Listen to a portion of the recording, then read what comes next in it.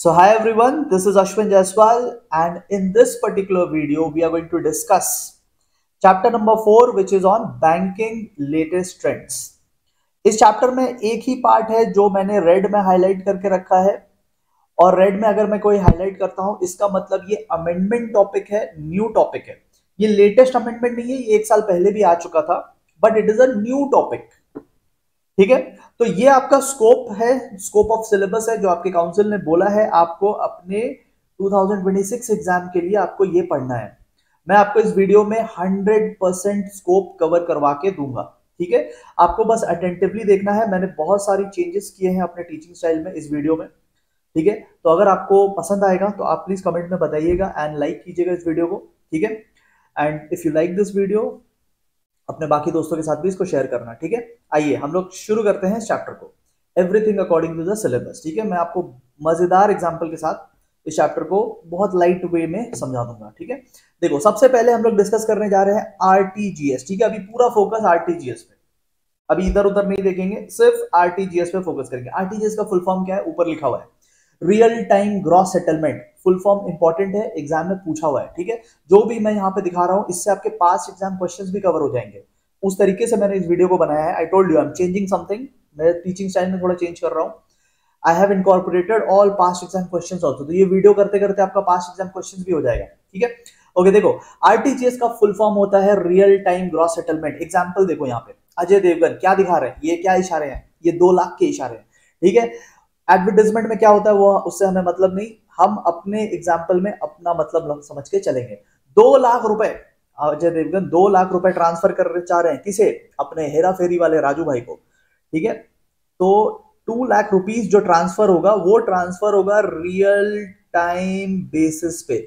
Real time basis का मतलब क्या हुआ, रियल टाइम बेसिस का मतलब होता है on spot, no waiting period. Real time का मतलब होता है no waiting period.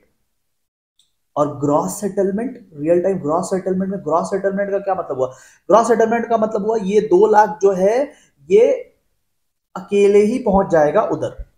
Gross settlement मतलब transaction will be on 1-to-1 basis, there will be no waiting period. जितना आपको ट्रांसफर करना है वो आप सामने वाले के अकाउंट पे ट्रांसफर कर दोगे। एक का एक्सिस बैंक है, दूसरा का एसबीआई है। Money went 1-to-1 basis on a real time basis. ठीक है, तो आपको एक के बाद एक ट्रांजैक्शन चले जाएंगे। ठीक है, ओके, तो इसे हम कहते हैं रियल टाइम ग्रॉस सेटलमेंट। यहां पे ट्रांजैक्शन जो है इंडिविजुअली होता है। बेसिकली ग्रॉस सेटलमेंट को आप ये भी मान सकते हो कि इंडिविजुअली ट्रांजैक्शन प्रोसेस होंगे। ठीक है, एंड लास्टली कम से कम 2 लाख रुपए लगेगा, इसलिए मैंने मिनिमम 2 लाख लिखा था। अपर लिमिट कुछ नहीं है, आप 5 करोड़ भी ट्रांसफर कर सकते हो, अपर लिमिट कुछ नहीं है, बट मिनिमम तो आपको 2 लाख ट्रांसफर करने होंगे। सर मेरे पास ना 1,50,000 है, नहीं हो पाएगा, आरटीजीएस में नहीं हो पाएगा। सर मेरे पास ना 1,99,999 रुपीज है, नहीं हो पाएगा, आरटीजीएस के डोर क्लोज्ड है। आरटीजीएस का दरवाजा तभी खुलेगा जब 2 लाख रुपए लेकर आओगे, समझे। ओके सर, तो फिर क्या करें, आप करो एनईएफटी। ठीक है, आप क्या करो, एनईएफटी। एनईएफटी किसी भी अमाउंट के लिए कर सकते हैं, उसमें कोई मिनिमम लिमिट नहीं है, नो मिनिमम लिमिट। ठीक है, जैसे उसमें था ना मिनिमम 2 लाख, इसमें कोई मिनिमम लिमिट नहीं है। अब देखो, अब छोटे पैसे हैं तो छोटे लोगों की बात होगी। अब अजय देवगन नहीं आएंगे, अजय देवगन के डुप्लीकेट्स आएंगे। देखो देश में आधी आबादी तो अजय देवगन की ही है, आप सोशल मीडिया पे देखते होंगे। ठीक है, आधी आबादी देश में अजय देवगन की ही है। तो अब ये क्योंकि ओरिजिनल नहीं है तो ये 2 लाख तो होंगे नहीं इनके पास। इसमें से किसी के पास 50,000 रुपए होंगे, किसी के पास 10,000 रुपीज होगा, किसी के पास समथिंग समथिंग समथिंग समथिंग, और ऐसे क्या होगा, मिला जुला करके इनके ट्रांजैक्शंस को क्या किया जाएगा, क्लबिंग की जाएगी, इनके ट्रांजैक्शंस को जोड़ा जाएगा। यानी ये जो 50,000 है रियल टाइम बेसिस पे ट्रांसफर नहीं होगा, इसका जो 10,000 है रियल टाइम बेसिस पे ट्रांसफर नहीं होगा, इसका लेट्स से 5,000 है रियल टाइम बेसिस पे ट्रांसफर नहीं होगा। ये सारे ट्रांजैक्शन जमा होंगे कहां पे, एक्सिस बैंक में जमा होंगे। ये सारे ट्रांजैक्शन जमा होते जाएंगे, जब जमा होते होते होते होते क्लबिंग होते होते जब ये एक सिग्निफिकेंट अमाउंट हो जाएगा, लेट्स से 5 लाख हो गया, जमा होते होते 5 लाख हो गया, तब जाके ये ट्रांसफर होगा दूसरे बैंक को। इसका मतलब एनईएफटी में बैचेस में ट्रांसफर होते हैं। जैसे आप ट्यूशन जाते हैं तो कभी बैचेस में पढ़ते होंगे ना, और आपके अलावा और भी स्टूडेंट होंगे, दैट्स कॉल्ड अ बैच। ठीक है। तो ट्रांजैक्शन जो बैच में होता है, मतलब एक ट्रांजैक्शन अकेला नहीं है, ट्रांजैक्शंस है, बहुत सारे ट्रांजैक्शंस है, उसे हम लोग कहेंगे नेशनल इलेक्ट्रॉनिक फंड्स ट्रांसफर। ठीक है। लेकिन अगर इंडिविजुअली है, जैसे आप कुछ लोग घर पे टीचर को बुला के पढ़ते हैं, ठीक है, तो वो हो गया इंडिविजुअली, दैट इज आरटीजीएस। उसमें मिनिमम अमाउंट लगता है, 2 लाख का मिनिमम अमाउंट लगता है। तो एनईएफटी के बारे में पढ़ लेते हैं। ट्रांजैक्शन जो है बैचेस में होगा, इंपॉर्टेंट है, जो भी मैं पढ़ा रहा हूं इंपॉर्टेंट है, fill in the blanks, true false में आ सकता है। ठीक है। नेक्स्ट, हाँ, अभी ये वाला पॉइंट क्या है, देखो ध्यान से समझो। अभी जो पॉइंट आया, मैं स्क्रीन पे बहुत सारी चीजें मिटा देता हूं। देखो, focus only on this point, इस पॉइंट पे ध्यान दो। क्या बोल रहा है ये पॉइंट? ये पॉइंट बोल रहा है ना कि अगर आपका बैंक अकाउंट नहीं, ये देखो ये डुप्लीकेट्स लोग हैं, ये डुप्लीकेट लोग हैं, इनके पास अपना बैंक अकाउंट नहीं है। हो ही सकता है, ठीक है, आजकल बहुत रेयर है बट हो ही सकता है, there are people who don't have a bank account. तो ऐसे लोग क्या करेंगे फिर? ऐसे लोग क्या किसी को पैसा ट्रांसफर नहीं कर पाएंगे? तो ऐसे लोग क्या करेंगे? ऐसे लोग बैंक में जाएंगे और बैंक को बोलेंगे I want to transfer, I want to transfer amount. तो बैंक बोलेगा कितना? तो ये बोलेगा I want to transfer 70,000। Bank बोलेगा no, we will not transfer your 70,000। तो ये पूछेगा क्यों? तो ये बोलेगा, बैंक बोलेगा you don't have a bank account. तो बैंक अकाउंट जिसका नहीं होता है ना, वो इतना नहीं ट्रांसफर कर पाएगा, वो सिर्फ 50,000 तक ही ट्रांसफर कर पाएगा। देखो आपके बुक में अगर 49,999 लिखा, ऐसा कुछ लिखा है ना, उसको हटा दो। ठीक है, 50,000 is the new limit, you have to follow this new limit. जो भी मैं इस वीडियो में पढ़ा रहा हूं वो अमेंडमेंट के साथ है। So if your book is old, if your book is giving old details, you will lose marks. तो जो भी मैं बोल रहा हूं आप उसको मान के चलना। एंड इनफैक्ट मैं तो आपको बोलूंगा आप मेरा बुक फॉलो करो, मेरा बुक एकदम अमेंडेड है, लेटेस्ट सिलेबस के साथ, अमेंडमेंट के साथ अमेंडेड है। ठीक है, इसमें काउंसिल के पास्ट आंसर्स सब इनकॉर्पोरेटेड है, you just need to follow this. आप ओल्ड बुक्स के चक्कर में रहोगे, फंस जाओगे। ठीक है, बुक में बहुत सारा चीज आउट ऑफ सिलेबस भी दिया रहता है, तो just follow my book, you can get the details of my book from the description below. ठीक है, आप सो बेसिकली अगर आपके पास बैंक अकाउंट नहीं है तो you need to transfer a maximum of 50,000 से ज्यादा ट्रांसफर नहीं होगा, वो चीज यहाँ पे लिखी हुई है। ठीक है। एंड लास्ट पॉइंट, हाँ, फॉरेन रेमिटेंसेस भी नहीं कर सकते हो। ठीक है, एक तो आपका एनईएफटी छोटे अमाउंट्स के लिए होता है, तो ये इसको आप यूज नहीं कर सकते फॉरेन में पैसे भेजने के लिए। ठीक है, ओके। अब एनईएफटी और आरटीजीएस का एक कंबाइंड फॉर्म आया है जिसे हम कहते हैं आईएमपीएस। ठीक है, immediate, M stands for mobile, basically मैंने यहाँ पे अलग से लिख दिया है। ठीक है, एम स्टैंड्स फॉर मोबाइल, तो आईएमपीएस हो जाएगा, मोबाइल पेमेंट सर्विस। इसमें क्या होगा, देखो आरटीजीएस में क्या प्रॉब्लम था? आरटीजीएस में प्रॉब्लम ये था कि एक मिनिमम अमाउंट लगता था, यानी कि अगर आपके पास 2 लाख रुपए है तो ही आप आरटीजीएस कर पाओगे। If you don't have 2 lakh rupees, if you have let's say 50,000, तो आप ट्रांसफर नहीं कर पाते। तो ये जो प्रॉब्लम है ना, मिनिमम अमाउंट वाली जो प्रॉब्लम है, ये प्रॉब्लम आईएमपीएस ने सॉल्व कर दी। In IMPS you can transfer any amount. अच्छा, एनईएफटी में क्या प्रॉब्लम था? एनईएफटी का अगर प्रॉब्लम बोले, आप सोचो अभी आप एनईएफटी पढ़ के आए, क्या प्रॉब्लम था? एनईएफटी में प्रॉब्लम था कि बैचेस में ट्रांसफर होते हैं, बैचेस में ट्रांसफर होते हैं, यानी आपने ट्रांसफर कर दिया but you still need to wait, अभी और लोगों का ट्रांजैक्शन जुड़ेगा, ऐड होगा, उसके बाद ट्रांसफर होगा। तो बैचेस में ट्रांसफर होते हैं, ये भी प्रॉब्लम को सॉल्व कर दिया आईएमपीएस ने। आईएमपीएस में जो फंड्स होते हैं वो रियल टाइम ट्रांसफर होते हैं, रियल टाइम ट्रांसफर होते हैं। फ्लेक्सिबल है, 24/7 आप यूज कर सकते हो, जब मर्जी तब, रात को भी ट्रांसफर कर सकते हो। You don't need to go to a bank in the morning, you can transfer the money at night also. Multi platform support है, फोन पे कर सकते हो, लैपटॉप पे कर सकते हो, डेस्कटॉप पे कर सकते हो, टैबलेट्स पे कर सकते हो, you can use any device for it. ठीक है, वर्सेटाइल है, किसी भी तरीके के पेमेंट के लिए, आपको डॉक्टर को पेमेंट करना उसके लिए कर सकते हो, आपको किसी दोस्त को पैसे भेजने उसके लिए कर सकते हो, you want to pay for your shopping उसके लिए कर सकते हो, you can use it for multiple reason, versatile है। ठीक है, 2-3 पॉइंट यहां से कर लेना। ठीक है, तो आरटीजीएस, आईएमपीएस, एनईएफटी हम लोगों ने कवर कर लिया। ठीक है, आइए नेक्स्ट पार्ट पे चलते हैं, विच इज ई बैंकिंग। अब ई बैंकिंग का सिंपल मतलब होता है बैंकिंग विदाउट, ये याद रखना, विदाउट गोइंग टू बैंक। ठीक है, जब हम लोग बैंक जाए बिना, ध्यान से सुनना मैं क्या बोल रहा हूं, जब हम लोग बैंक जाए बिना, without going to the bank, अगर हम लोग बैंक की सर्विसेज यूज कर ले तो उसे हम कहते हैं ई बैंकिंग। तो e banking basically computer system use करता है, कहने का मतलब है डिजिटल सिस्टम यूज करता है, ठीक है, I should use the word digital system. तो physically you don't have to go to the bank, you can get your banking services done at home. Sir थोड़ा और डिटेल बताओ, आओ डिटेल में पढ़ते हैं, थोड़ा फीचर्स पढ़ते हैं। देखो सबसे पहली फीचर ये है कि there is no face to face contact. मैं पैसे ट्रांसफर करना चाहता हूं, I don't need to go to bank, I don't need to see their employ का फेस। तो there is no face to face contact, वो हमें नहीं देख रहे, हम लोग उन्हें नहीं देख रहे, हम लोग क्या कर रहे हैं, फोन से काम कर ले रहे। नंबर टू, डिवाइस लगेगा, ठीक है, physically you are not going to the bank but you will require a device that can be your mobile phone, that can be your computer, ठीक है।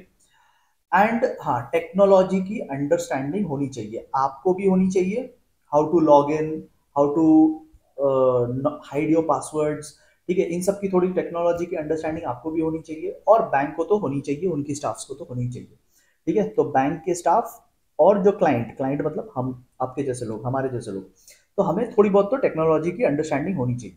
So basically this is e banking. अच्छा, इसका फायदा और नुकसान भी कुछ होगा, आओ देखते हैं। फायदा क्या होगा, फायदा ये होगा, now we don't need to go to the bank, और फोन तो हमारे हाथ में 24 आवर्स रहता है। तो पहला फायदा यही है, आप यहाँ ना एनी टू करके चलना, एनी टू। तो पहला फायदा तो यही है, यू कैन यूज इट 24/7, कभी भी यूज कर सकते हो, जब मर्जी तब यूज कर सकते हो। बैंक हॉलीडेज में भी काम कर सकते हो, संडेज को भी यूज कर सकते हो, नाइट टाइम में भी यूज कर सकते हो जब बैंक बंद रहते हैं, ठीक है। और एक पॉइंट कर लो, हाँ, आपको कैश कैरी नहीं करना पड़ेगा, so you need not carry any cash. तो आपको कभी चिंता नहीं रहेगी कि मेरा कैश कहीं चोरी ना हो जाए, ठीक है। तो don't carry enough lot of cash, you can use E banking rather, ठीक है। अच्छा, इससे बैंक को क्या फायदा होगा, ये तो कस्टमर्स के पॉइंट ऑफ व्यू से था, कस्टमर्स मतलब हमारे पॉइंट ऑफ व्यू से फायदा होगा। बैंक को क्या फायदा होगा, तो बैंक को पहला बात ना एडवांटेज मिलेगा, कॉम्पिटिटिव एडवांटेज मिलेगा, बैंक को compete करने में फायदा होगा, ठीक है। लोग उसी बैंक में अकाउंट खुलवाएंगे जो बैंक ई बैंकिंग फैसिलिटी देती है, so bank can attract more customers. और yes, point number two, any two करके चलना यहाँ भी, ठीक है, एनी टू करके चलना, जितना मैं बोल रहा हूँ उतना करके चलना, एग्जाम के लिए काफी रहेगा, ठीक है। और आपको करने का मन है तो ज्यादा करो, मेरा मतलब आई am not stopping you, I am just suggesting, दो तो करके चलना। यस, सेकंड पॉइंट ये है कि bank is now not limited to the branches. पहले क्या होता था, बैंकिंग ट्रांजैक्शन करने के लिए आपको ब्रांच ही जाना पड़ता था, तो अगर बैंक का ब्रांच नहीं है तो बैंकिंग हो नहीं पाएगी। तो अब क्या है, अब बैंक ब्रांचेस तक लिमिट नहीं है, अब बैंक आपको बोलती है आप हमारा ऐप डाउनलोड कर लो और हमारे ऐप से बैंकिंग कर लो, ठीक है, दैट्स कॉल्ड मोबाइल बैंकिंग, ये वाला, ये this one, mobile banking, app से ही हो जाएगा काम। बट इसके कुछ डिसएडवांटेज है, हर चीज के फायदे और नुकसान दोनों होते हैं। तो आइए डिसएडवांटेज देखते हैं, अगेन एनी टू करेंगे यहाँ पे। सबसे पहली बात, बैंक को ये टेक्नोलॉजी बिल्ड करने के लिए बहुत पैसे लगते हैं, आपका जो डेटा है, आपके जो पैसे हैं, मोर इंपॉर्टेंटली आपका डेटा एंड आपका पैसा, इसको सिक्योर करने के लिए बहुत हाई लेवल टेक्नोलॉजी लगती है, और ये पूरा खर्चा बैंक कर रहा है, ठीक है। तो पैसे बहुत ज्यादा लग जाते हैं, तो इट इज कॉस्टली, ठीक है, इन शॉर्ट बोले तो कॉस्टली। और एक पॉइंट कर सकते हो, पॉइंट नंबर 3, इजी पॉइंट है, वायरस आ सकता है, टेक्नोलॉजी है, टेक्नोलॉजी में वायरस का अटैक हो सकता है, हैकर्स आ सकते हैं, ठीक है। तो ये सब प्रॉब्लम है। तो basically this is e banking. अब हम लोग देखेंगे types of e banking, but before going to that मैं आपको बोलूंगा कि आप थोड़ा ब्रेक लेके इतने पार्ट्स को कवर कर लो। जिनके पास मेरा बुक है, आपको मेरे बुक में क्वेश्चन बैंक मिलेगा, ठीक है, मैं आपको दिखा देता हूँ। आपको मेरे बुक में क्वेश्चन बैंक मिलेगा, जिसमें जितने भी पास्ट एग्जाम, चाहे पास्ट एग्जाम में आया है या सैंपल क्वेश्चन पेपर में आया है, सारे क्वेश्चंस मैंने आज तक के कवर कर रखे हैं उसमें, with solution, with highlighting, with important points को बोल्ड करना, और काउंसिल का कमेंट भी मैंने हर क्वेश्चन के नीचे, आप देखोगे कमेंट भी ऐड कर दिया है कि काउंसिल का क्या कमेंट रहा है उसके ऊपर, ठीक है। ये जो आंसर्स है, ये क्वालिटी आंसर्स है, जो आपको जितने मार्क्स है उसके लिए लिख करके आने हैं। कितने मार्क्स का क्वेश्चन आया था वो भी मैंने बगल में बता दिया है, कब कब वो क्वेश्चन आया था, कौन से क्वेश्चन कितनी बार रिपीट हो रहा है, वो सब मैंने साइड में बता रखा है, ठीक है। तो मेक श्योर कि आप टॉपिक्स जब कंप्लीट हो जाए तो मेरे बुक से आप क्वेश्चंस, जो पास एग्जाम क्वेश्चंस है, देखो जैसे ये क्वेश्चन नंबर 5 कभी 4 मार्क्स के लिए भी आया है, कभी 2 मार्क्स के लिए भी आया है, तो मैंने 4 मार्क्स के हिसाब से आंसर दे दिया है, बट मैंने आपको बताया कि 2 नंबर के लिए आए तो आप 2 पॉइंट लिख कर आना, ठीक है। So what ever has come in the exam, what ever has come in the sample question paper, I have covered it everything, ठीक है। आपके लिए हाईलाइटिंग, मार्किंग, बोल्ड सब करके रख दिया। You just need to learn this now. समझो मेरे वीडियो से और लर्न कर लो फ्रॉम द बुक, ठीक है। बुक आप पा सकते हो मेरे ऐप से। ऐप का लिंक नीचे डिस्क्रिप्शन में गिवन है। Android as well as iPhone users दोनों के लिए मैंने नीचे लिख रखा है कि आपको क्या करना है। Different types, different forms of e banking देखते हैं। ई बैंकिंग यानी इलेक्ट्रॉनिक बैंकिंग। तो ई बैंकिंग का मैंने क्या मतलब बताया था? Without going to the bank. तो कितने तरीके से आप without going to the bank banking कर सकते हो।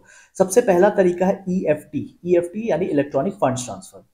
इसमें क्या होता है, आपको बैंक को कुछ बोलना नहीं होता है।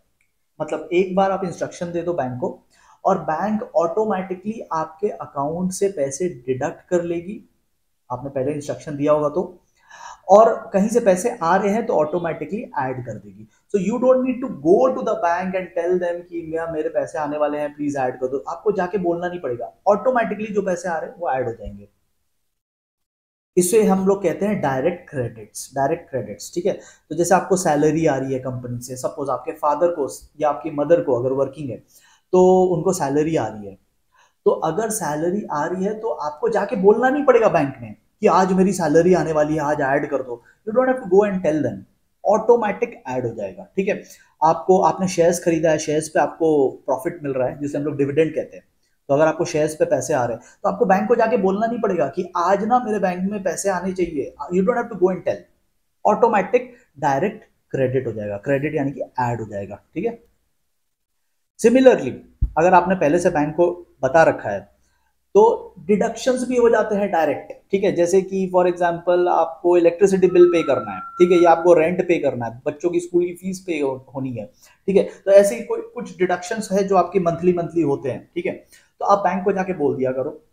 जैसे सपोज रेंट, ठीक है, मान लो रेंट, तो आपका रेंट है लेट्स से 25,000 मान लेते हैं, ठीक है। आपका रेंट है 25,000 पर मंथ। आप बैंक को जाके बोल दो कि भाई मेरे बैंक, आप महीने के पहले तारीख को रेंट ट्रांसफर कर देना, मेरे लैंडलॉर्ड को रेंट ट्रांसफर कर देना 25,000। तो बार बार आपको जाके नहीं बोलना पड़ेगा, एक बार बोल दोगे, बाकी टाइम डायरेक्ट डेबिट्स होते जाएंगे, डायरेक्ट आपके बैंक से पैसे कटते चले जाएंगे। तो ये क्या आपको बार बार जाना पड़ रहा है क्या बैंक? पैसे आने के टाइम, पैसे जाने के time, do you have to go to the bank and tell them all the time? No, direct debits, direct credits होते रहेंगे, ठीक है। एक बार का मेहनत है, उसके बाद से डायरेक्ट डेबिट, डायरेक्ट क्रेडिट होता रहेगा।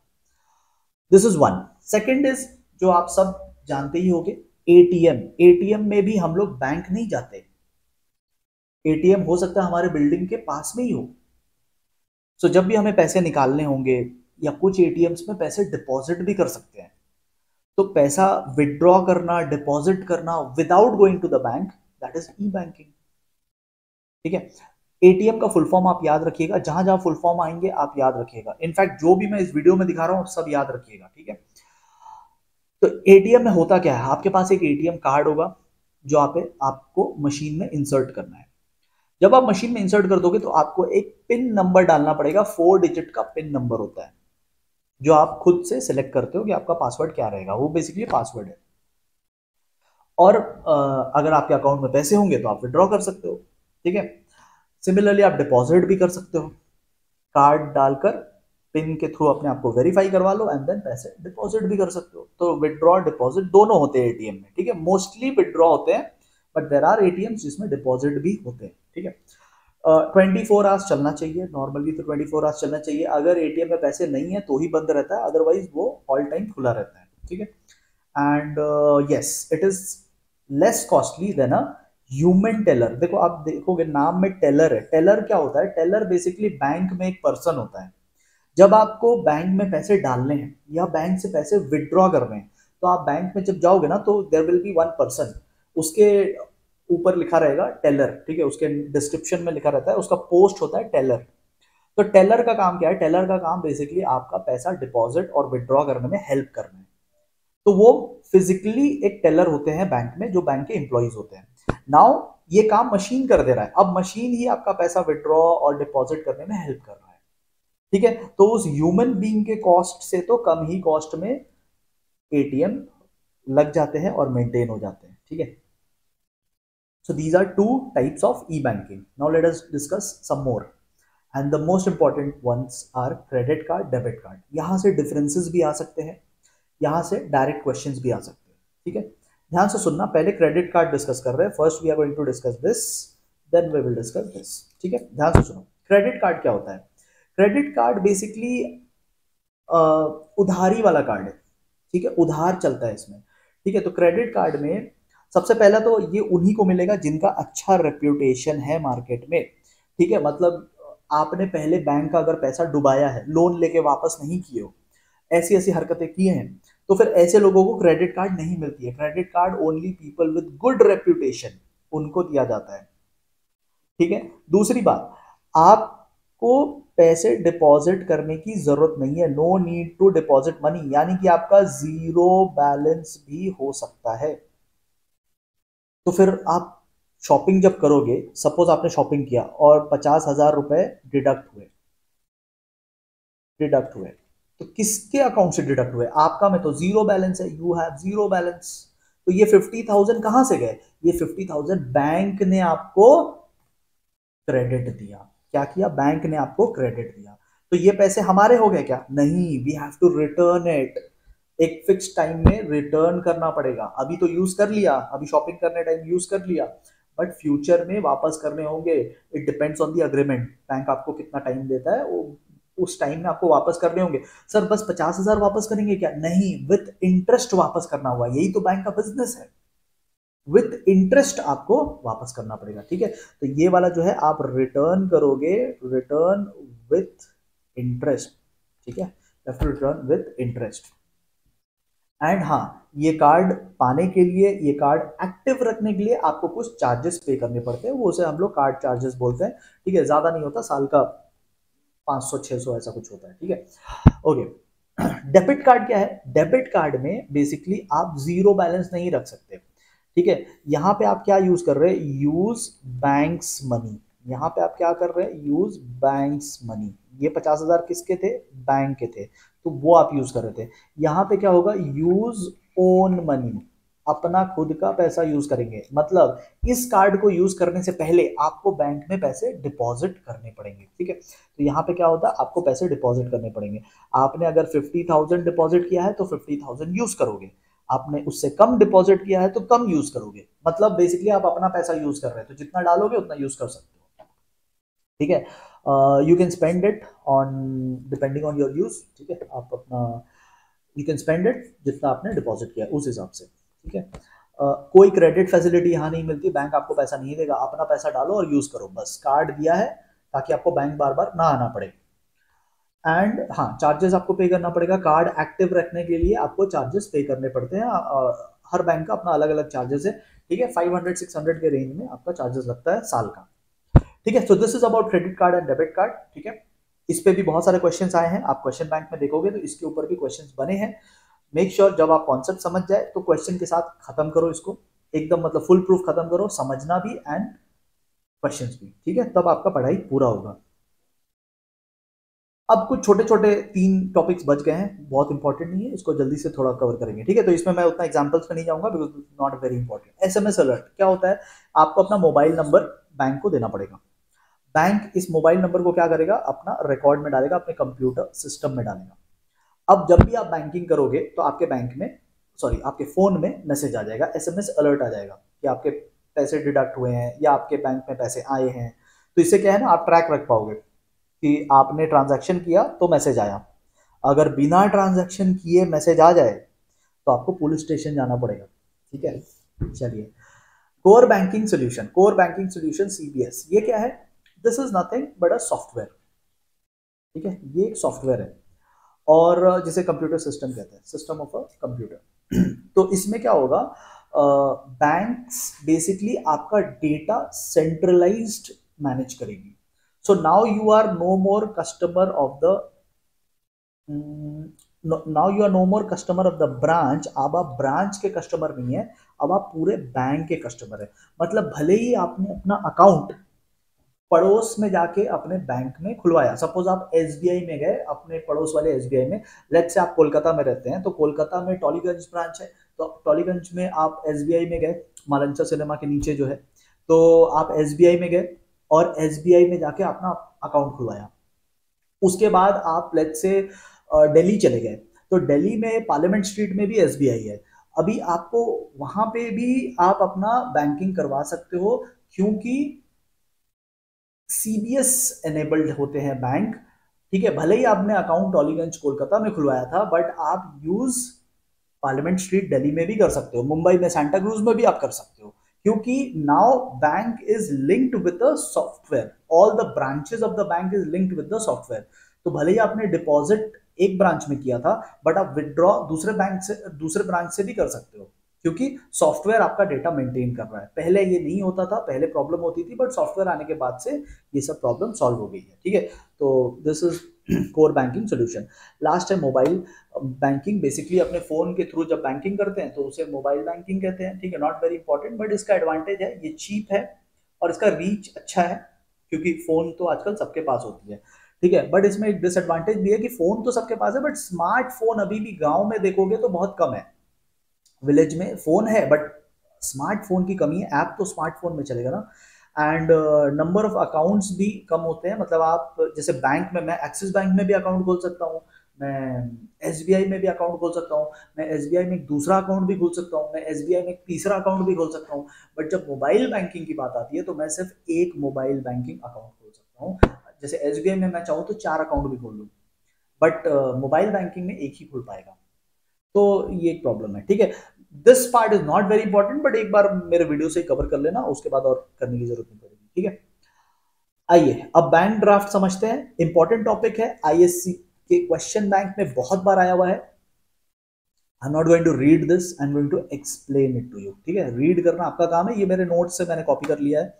ठीक है, तो जितना मैंने नोट्स में दिया उतना ही आप करके चलना। जो जो मैंने बोल्ड किया है, देखो बोल्ड और हाईलाइट आपके टाइम बचाने के लिए किया है। ठीक है, अगर आप सब पढ़ोगे आपकी मर्जी, सब पढ़ो, बट मैं आपको ये कह रहा हूं, आप बस मेरे जो नोट्स में बोल्ड लाइंस है और जो अंडरलाइन किए हुए पॉइंट्स है, ठीक है, अंडरलाइन किए हुए पॉइंट्स है या बोल्ड किए हुए, आप बस इस पे फोकस करना, एंड देन आपको समझ में आएगा कि क्या इंपॉर्टेंस है इस चीज की। ठीक है, चलो, ये कौन है? ये आप हो। अभी के लिए मान लो ये आप हो।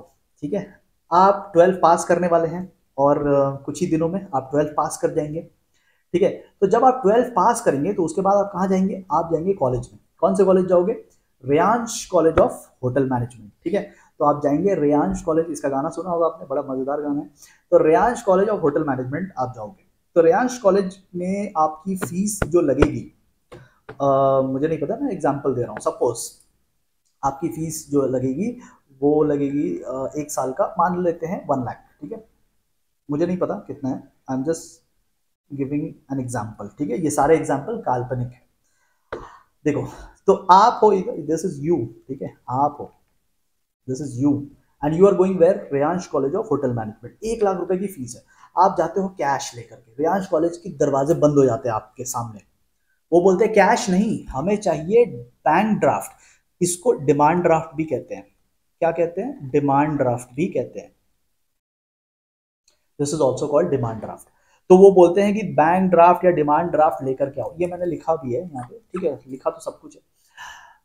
बैंक ड्राफ्ट या डिमांड ड्राफ्ट लेकर आओ, कैश नहीं। कैश में कौन गिनेगा 1 लाख रुपए? वो बीच में तुमने कोई नकली नोट डाल दिया होगा तो, और तुम अकेले स्टूडेंट थोड़ी हो, सारे स्टूडेंट अगर आके नोट देंगे और नोट में कुछ नकली नोट रहेगा, who will be blamed later on? तो इसीलिए वो कैश नहीं लेते। वो बोलते हैं कि आप बैंक जाओ, get a DD, demand draft, and 1 lakh का हमें डिमांड ड्राफ्ट दो। तो आपको क्या करना पड़ेगा? आपको जाना पड़ेगा बैंक। तो you will go to the bank, you will go to the bank and you will give 1 lakh to the bank. Bank के पास तो मशीन होती है, वो तो तुरंत वेरीफाई कर लेंगे आपने ओरिजिनल पैसे दिए हैं या नकली नोट दिए हो, तुरंत वेरीफाई कर लेंगे। बैंक आपको बोलेगा आधे घंटे बैठो। मैंने किया ये प्रोसेस, मुझे पता है, आधे घंटे बैठाते हैं। ये सब प्राइवेट बैंक तो फिर भी जल्दी हो जाएगा, एसबीआई ने तो आधे घंटे बैठाया था। ठीक है, तो ये बेसिकली 1 लाख रुपए आप जाके डिपॉजिट कर दोगे। तो फिर वो अपना प्रोसेस करेंगे कंप्यूटर में, वो लोग बैठ के काम करेंगे और उसके बाद आधे घंटे के बाद आपको बुलाएंगे और बोलेंगे ये लो अपना डिमांड ड्राफ्ट। तो ये डिमांड ड्राफ्ट जो है ये आप लेकर घर आ जाओगे। अगले दिन फिर आप ये डिमांड ड्राफ्ट लेकर कॉलेज जाओगे and this is how payment will be made. Sir तो रेयांश कॉलेज को 1 लाख कहाँ मिला? उसे तो एक चिट्ठी मिल गई, 1 लाख कहाँ मिला? अब क्या होगा फ्यूचर में, कभी फ्यूचर में रेयांश कॉलेज आपका ये चिट्ठी लेकर के बैंक जाएगा और बैंक को शो करेगा, ठीक है। बैंक बोलेगा हाँ ठीक है ओरिजिनल है, ये लो, ये लो 1 लाख रुपए। तो ये 1 लाख रुपए उसे मिल गया। समझे स्टोरी? समझे? एक बार फिर से रिवाइंड करके देख लेना, दोबारा बोलने का वीडियो में तो कोई मतलब नहीं बनता, you can just rewind and watch. तो शॉर्ट में this is kind of protection जो बैंक यूज करता है फ्रॉम डिसऑनर, ठीक है। यहाँ पे मैंने लिख के दिया है डिसऑनर ना हो जाए, फेक करेंसी से बचने के लिए इसको यूज किया जाता है। तो आपने पैसा बैंक को दे दिया, अगर आप देखोगे इफ यू सी तो आपने ये 1 लाख किसको दिया? बैंक को। और बैंक ने बाद में फ्यूचर में ये 1 लाख किसको दिया? कॉलेज को। तो पैसे आपके थ्रू कॉलेज नहीं गया, आपके थ्रू बैंक गया, बैंक के थ्रू कॉलेज गया। तो इनडायरेक्टली आप देखोगे तो indirectly it is going to the bank, sorry college. तो this is demand draft. Rush hours में कैश नहीं लेना चाहिए, कोई नकली नोट डाल के चला जाएगा। तो रश आवर्स में ये लेते हैं। अब देखो इस बार का अगर आप क्वेश्चन बैंक देखोगे, इस बार का जो क्वेश्चन आया था आईएससी 2025 में, तो उन्होंने पिक्चर बेस्ड क्वेश्चन पूछा था। तो मैं जब आपका तैयारी करा रहा हूँ वीडियो में, I told you I am changing my teaching strategy now. तो अब मैं क्या करूंगा, मैं आपको उसी तरीके से प्रिपेयर करूंगा जिससे कि आप वीडियो से ही बहुत सारी क्वेश्चंस को आंसर करने के केपेबल बन जाओ। तो डिमांड ड्राफ्ट का ना उन्होंने इमेज दे दिया था और बोला था कि बताओ ये क्या है। हालांकि उन्होंने सिंपल कर दिया था, ये जैसे ये क्या होता है ना, ये डिमांड ड्राफ्ट नंबर होता है, this is called DD number या बैंक ड्राफ्ट नंबर बोल सकते हो। तो उन्होंने तो क्वेश्चन में आप देखोगे 2025 का जो क्वेश्चन आया था उसमें लिख भी दिया था डिमांड ड्राफ्ट नंबर, और आपको बोला था आइडेंटिफाई, परोस के दे दिया आंसर, परोस के दे दिया आपको। जब ये लिख ही दिया तो ये तो कोई भी बता देगा, जो नहीं भी पढ़ के गया है उसको भी 1 नंबर मिल जाएंगे। बट देखो वो पिछली बात है, ठीक है ना। साल गया, एग्जाम गया, बात गई। अभी क्या है, अभी आपके वाले में इतना दिलदार हो सकता है वो ना बने। तो आप समझ लो, देखो क्या होगा, जैसे यहाँ पे ऑन डिमांड पे किसको पे करना है? तो Reyansh college of hotel management. तो Reyansh college of hotel management को पे करना है, उसका नाम लिखा रहेगा। कितने रुपए पे करना है? तो यहाँ पे आप अमाउंट में लिखोगे 1 लाख ओनली, ठीक है। फिर आपको नंबर में भी लिखना होगा, वो आप यहाँ पे लिखोगे 1 लाख। आप नहीं लिखोगे, बैंक आपको लिख के देगा, आपको बस ये जमा कराना है कॉलेज में, ठीक है। यहाँ पे जो बैंक में आप गए थे उस बैंक का नाम लिखा रहेगा, एक्सिस बैंक, ठीक है। जो भी ब्रांच था, ठीक है, जो भी ब्रांच था, सपोज आप इंदौर में रहते तो यहाँ विजयनगर ब्रांच का नाम होगा, ठीक है। जहां पे भी आप रहते हो तो उसका नाम रहेगा। तो basically this is a demand draft, यही बैंक आपको देगा। पिछले इमेज में वो थोड़ा छोटा दिख रहा था तो मैंने थोड़ा जूम करके आपको दिखाया है, क्योंकि एग्जाम में पूछ रहे हैं, ऐसी चीजें पूछ रहे हैं। यहाँ पे डेट लिखा रहेगा जिस तारीख को आप जाके बनवाओगे, ठीक है। 3 मंथ्स की वैलिडिटी रहती है, तो जिस दिन भी बनवाओगे 3 महीने के अंदर अंदर जाके जमा कराना, वरना ये लैप्स हो जाएगा। So this is about demand draft. अब कुछ न्यूली एडेड पोर्शन की जो मैं बात कर रहा था 1 साल पहले, न्यूली ऐड हुए हैं कुछ टॉपिक्स, तो उसको हम लोग डिस्कस कर लेते हैं। डिजिटल बैंकिंग, देखो भाई मेरे को तो नहीं समझ में आ रहा है, ई बैंकिंग का जो हमने डिस्कशन किया था, मेरे को तो ई बैंकिंग और डिजिटल बैंकिंग कोई फर्क ही नहीं लगता, ठीक है। बट आपके काउंसिल पहले बोलते थे ई बैंकिंग पढ़ो, अभी न्यू सिलेबस थोड़ा उसमें बोल रहे डिजिटल बैंकिंग पढ़ो। पढ़ने से तो मुझे बिल्कुल वर्ड टू वर्ड सेम लग रहा है, ठीक है। अगर आप में से किसी को कोई डिफरेंस लगे तो मुझे बताना, I am ready to learn. मुझे ऐसा कुछ नहीं है कि, ऐसा कोई शर्म नहीं है मुझे कि नई चीजें सीख नहीं सकते, ठीक है। I am ready to learn new thing, but मुझे कोई डिफरेंस नहीं लग रहा है। जो ई बैंकिंग था वही डिजिटल बैंकिंग है। क्यों अलग से इसको डाला सिलेबस में, दे ओनली नो, ठीक है। कल को अगर कुछ डिफरेंस पता चल जाए तो मुझे भी बताना, I will be happy to learn. As of now I don't think there is any difference. तो जो ई बैंकिंग था वही डिजिटल बैंकिंग है, ठीक है। तो इस पे टाइम वेस्ट नहीं करते हैं। यूपीआई पे क्वेश्चन पूछ चुका है उन लोगों ने, और फुल फॉर्म पूछा था, तो फुल फॉर्म तो आप जरूर से जरूर याद रखिएगा। अब ये है क्या, देखो मैं एक पॉडकास्ट देख रहा था निखिल कामत का, ठीक है, पॉडकास्ट, वो अच्छे गेस्ट को बुलाता है। तो निखिल कामत के पॉडकास्ट में नंदन नीलकिनी आए थे। नंदन नीलकिनी बेसिकली आधार जो है ना, आधार कार्ड हमारा, तो आधार कार्ड के one of the core developers में से एक पर्सन है। तो उन्होंने उसमें यूपीआई को बहुत डेप्थ में समझाया, एंड थोड़े कोडिंग और मतलब ना डिजिटल इंफ्रास्ट्रक्चर पे बहुत सारी बातें हो रही थी। हम कॉमर्स वालों को थोड़ी कम समझ में आती है वो सब चीज़ें, ठीक है, अपने क्या है कॉमर्स बैकग्राउंड है, ठीक है, उतना साइंटिफिक चीज़ें कम समझ में आती है, बट मैं कोशिश कर रहा था समझने का। तो मेरे को ना यूपीआई में बड़ा समझ में आया कुछ कि यूपीआई एक्चुअली ना रूल है। यूपीआई क्या है, रूल है या फिर सिस्टम बोल सकते हो। कोई चीज को करने का सिस्टम है, कोई चीज को करने का रूल है। आप देखोगे यहाँ डेफिनेशन में भी मैंने सिस्टम ऐड कर रखा है, ठीक है। By the way if this topic is not in your book, तो मतलब बुक पुराना हो सकता है, ठीक है, बट काउंसिल ने आपको बोला है ये पढ़ने के लिए, काउंसिल के सिलेबस में मेंशन्ड है। मैंने आपको शुरू में सिलेबस दिखाया, सिलेबस में ये मेंशन्ड है, ठीक है। एंड इनफैक्ट ये वाला तो आईएससी 2024 में पूछा हुआ भी है, तो ज्यादा पुराना नहीं है। हाँ, तो दिस इज अ रूल या दिस इज अ सिस्टम। देखो कोई भी चीज करने का ना कुछ सिस्टम होता है, ठीक है। जैसे कि अगर आप स्टाफ लाना चाहते हो अपने ऑर्गेनाइजेशन में, तो आप क्या कर सकते हो, आप एग्जाम ले सकते हो, आप इंटरव्यू ले सकते हो, आप दोनों भी ले सकते हो। तो these are certain ways, certain system, you can go for this one, you can go for this one, you can go for both. तो किसी चीज को करने का सिस्टम होता है। तो वैसे ही फंड्स ट्रांसफर जब करते हैं ना, पैसे जब ट्रांसफर करते हैं, जैसे मैं यूज करता हूं Amazon pay, I use what, I mostly use Amazon pay. तो Amazon पे से मैं पैसे ट्रांसफर कर रहा हूं, तो कभी कभी लिखा हुआ आता है Amazon पे यूपीआई। यूपीआई मतलब क्या, बेसिकली फंड ट्रांसफर करने का वो एक रूल है, वो एक सिस्टम है पैसे ट्रांसफर करने का। इसका मतलब वो अकेला सिस्टम नहीं है, there are many systems. Funds transfer करने के there are many systems, one of the system is UPI.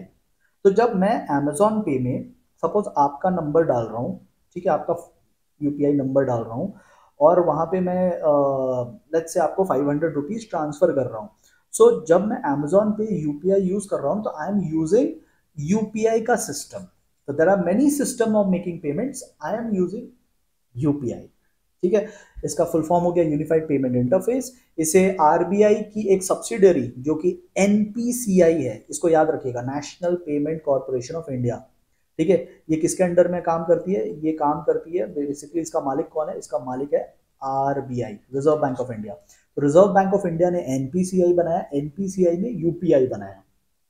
UPI क्या है, रूल है, पैसे ट्रांसफर करने का रूल है, जो बहुत सारी पेमेंट एप्स फॉलो कर रही है, ठीक है। तो जब मैं Amazon यूपीआई पे जा रहा हूँ, Amazon पे यूपीआई पे जा रहा हूँ, तो बेसिकली वो यूपीआई का सिस्टम फॉलो कर रही है। इससे आप किसको किसको पैसे ट्रांसफर कर सकते हो, इससे आप पीयर टू पीयर पैसे ट्रांसफर कर सकते हो, यानी मैं एक कस्टमर हूं, आप भी एक कस्टमर हो, हम लोग एक दूसरे को पैसे ट्रांसफर कर सकते हैं पीयर टू पीयर। या फिर पर्सन टू मर्चेंट भी हो सकता है, मैं किसी शॉप वाले को भी, देखते हो उसके यहाँ पे क्यूआर कोड लगा रहता है, किसी शॉप में जाते हैं क्यूआर कोड, हम लोग बोलते हैं ना भैया यूपीआई कर दे, तो क्या कर रहे हैं, यूपीआई कर दे, मतलब यूपीआई वाला सिस्टम फॉलो कर रहे हैं पैसे ट्रांसफर करने की। There are many systems, I am using UPI का सिस्टम। तो it is a system of fund transfer, it is what, it is a system of fund transfer. Sir ये सब पढ़ने की जरूरत है क्या, नो नो नो, पढ़ने की जरूरत नहीं है, जितना वहां पे बताया बस उतना पढ़ने की जरूरत है, ठीक है। अच्छा, एक आता है ई वॉलेट। ई वॉलेट क्या होता है, अ, आपको वॉलेट तो पता है ना क्या होता है, वॉलेट मतलब जिसमें हम लोग कैश रखते हैं। तो बेसिकली हमारे बैंक से हम लोग पैसे ट्रांसफर कर लेंगे, हम लोग पैसे ट्रांसफर कर लेंगे ई वॉलेट में, ठीक है। क्यों ट्रांसफर क्यों कर रहे हैं बैंक से, क्योंकि अब ये पुराने जमाने की बात है, अभी तो ट्रांसफर भी नहीं करना पड़ता, अभी तो यूपीआई यूज कर लेते हैं, अभी कौन पैसे जमा करके रखता है। बट थोड़ा पहले की बात है, मतलब 10 इयर्स 12 इयर्स पहले की बात है, ठीक है। तो ये आप मान के चल सकते हो 2010 में ये आइडिया बहुत हिट होता था। अभी तो we don't keep money in e wallet, ठीक है। पता नहीं ये 2025 में आपको क्यों पढ़ा रहे हैं, ये 2010 की बात है, शुरुआती बात है, 2011 12 13 14 उस टाइम की बात है, ठीक है। 2010 से 2014 15 तब उस टाइम की बात है।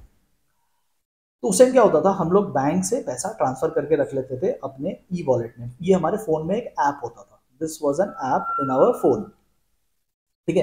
अच्छा, पैसे क्यों ट्रांसफर करके रखे, क्योंकि कहीं जाएंगे और कहीं कुछ खरीदेंगे, तो इस मोबाइल ऐप से दूसरे के मोबाइल ऐप में, सपोज ये कस्टमर का फोन है और ये सेलर का फोन है, उसके फोन में दूसरा ऐप है, तो मैं अपने ई वॉलेट से उसके ई वॉलेट में पैसे ट्रांसफर कर सकता है। ठीक है, तो I don't need to carry cash. ये उस जमाने में होता था, 10 साल पुरानी बात है। ठीक है, तो बेसिकली हमें कैश कम कैरी करना है, उसके लिए ये सोल्यूशन था कि मैं अपने बैंक से पैसे ऐड करके रखूंगा, उसके बाद मैं अपने ई वॉलेट से तुम्हारे ई वॉलेट में पैसा ट्रांसफर कर दूंगा। ठीक है, तो ये बेसिकली आप पढ़ के रखना। हाँ, इसमें दो चीज़ें होती है, इसमें एक सॉफ्टवेयर कंपोनेंट होता है और एक इंफॉर्मेशन कंपोनेंट होता है। बस इसको आप याद रखना। ऑनलाइन ट्रांजैक्शंस के लिए इसे यूज़ करते हैं हम लोग। ई वॉलेट पासवर्ड से प्रोटेक्टेड होता है, जब भी आप खोलने जाओगे तो आपको 4 डिजिट का या 6 डिजिट का पासवर्ड डालना पड़ेगा। ठीक है, टुडे नोबडी यूजेज इट। अच्छा, आपको नॉलेज के लिए बता दे कि जब आप ये कर रहे हो ना, बैंक से पैसे अपने ऐप में ट्रांसफर कर रहे हो, तो ट्रांसफर करने के लिए यूपीआई यूज कर सकते हो। यूपीआई क्या है? ट्रांसफर करने का सिस्टम। तो यूपीआई से ट्रांसफर कर सकते हो। ठीक है, तो ठीक है, ज्यादा हेडेक लेने वाली चीजें नहीं है, छोटी छोटी चीजें। आई होप मैंने आपको सब कुछ करवा दिया है इस चैप्टर में। जितना भी मैंने करवाया है, इससे बाहर आपको कुछ करने की जरूरत नहीं है। I have done everything, covered everything.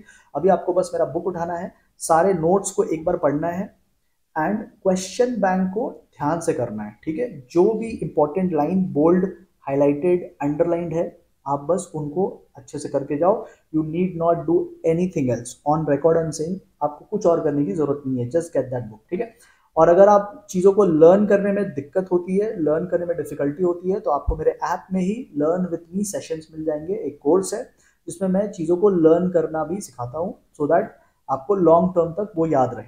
ठीक है, तो जो लोग भी कोर्स में रजिस्टर करेंगे उनको बुक ऐसे ही मिल जाती है, अदरवाइज आप बुक सेपरेटली भी ले सकते हो। ठीक है, हम लोग मिलेंगे very soon with chapter number 5। तब तक के लिए thank you so much everyone. अगर आपको वीडियो पसंद आया है तो इसे लाइक करके अपना कमेंट भी आप दे सकते हो। ठीक है, थैंक यू।